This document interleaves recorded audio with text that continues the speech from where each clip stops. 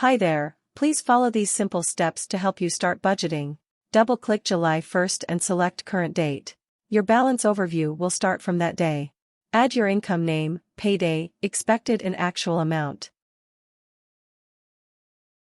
Add budget name, due date and budget amount.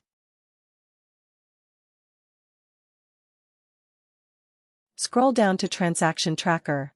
Add transactions of bills, expenses, savings and debt. Remember, once you add transactions, don't change the budget names. Otherwise, the transactions will no longer be synchronized. You can change the order if you keep the same name for each budget. That's all you need to know to start budgeting. The following steps will guide through the bills tracker, sinking funds and debt snowball calculator. And the next step is, go to Calendar tab, update calendar dates, then add your paydays and bills. Check off the bills as you them off. And the next step is, go to Sinking Funds tab, then add your sinking funds name, goals, monthly amount and start. Start column represents the amount you already have. Now you can add your contributions. They will automatically synchronize with Funds Overview. And the last step is, go to the Debt Snowball Calculator tab.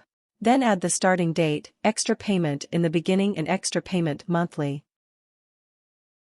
In the Debts Overview section, add your debt's name, balance, interest rate and minimum payment. Balance represents the amount that you must pay. Remember to start with your easiest to pay debt first.